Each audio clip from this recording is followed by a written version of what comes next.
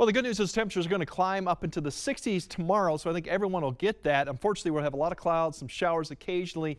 If we get more sunshine, some areas could hit 70, but we'll see if that happens. Winds also breezy out of the southeast. They could be up to a gust of above 32 at times. Now, Friday, behind this system, the front will be sitting somewhere south in southern Wisconsin or northern Illinois, so we'll have that northwest wind behind it, although we'll still have showers and a few storms going on. Temperatures back into the 50s, maybe even upper 40s, so it will be cooler Friday, but definitely not an all-day type rain. I think more or less activity will be just a few showers here and there, maybe a thunderstorm, but less coverage that we'll see than Thursday night. Overall, for the severe threat going into Thursday evening and Thursday night, still the highest threat remains to the south and west of the area. We're kind of still in the marginal risk area. The main threat continues to be hail, although there are some signatures with these storms coming through that they might get into a little feature called a bow type echo that could increase the wind threat a little bit at times. But overall, the hail threat is still one I would keep an eye on.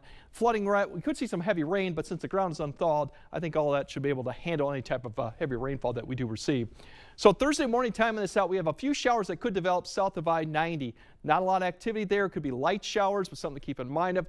Once we get to the afternoon, I think more development will happen towards the front that'll be sitting more in central Minnesota, more maybe in eastern Minnesota, so we'll have some storms that'll lift course. They could get close to Eau Claire, it'll be just to the west. And then 7 to 2 a.m. is really the period of storms. We'll have periods come through. The whole entire period will not be showers and thunderstorms. Some of these could be strong to severe, so that's really the main window that we're looking at for the severe activity. Otherwise, you wake up, there's your shower activity that's south of the area. Decorah, maybe all the way up to La Crosse, might see a few of these showers. I think more of that will be in southwest Wisconsin. Very light showers to start off with. And then as we go through the noon hour, fairly dry. Still, that shower activity will probably decrease a little bit. And then keep your eye to the west towards Minneapolis as activity starts to develop around that boundary that'll be sitting right there.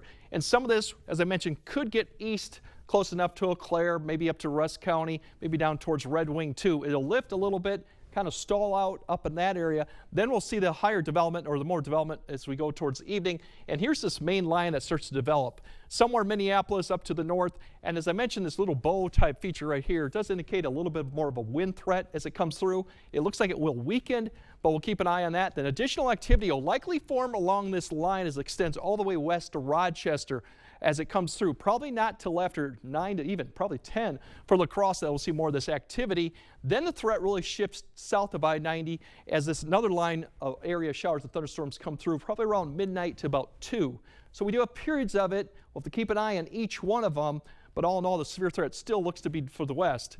Precipitation, there's what we're looking for quite a bit. We could see areas of an inch plus depending on how the thunderstorms play out. And if you're looking Easter weekend, we do have, unfortunately, rain coming back in the afternoon, cool conditions, so we'll update that as we get closer, but it does look like we might have a little bit of rain going into Sunday afternoon and Sunday night. Otherwise, temperatures for mostly the 8-day is kind of right around average, which should be around the low 60s at this point in this part of the year. So definitely keep in tune for tomorrow evening. We'll see if those actual thunderstorms get a little bit more stronger than are indicated right now. All right. Thanks, Greg.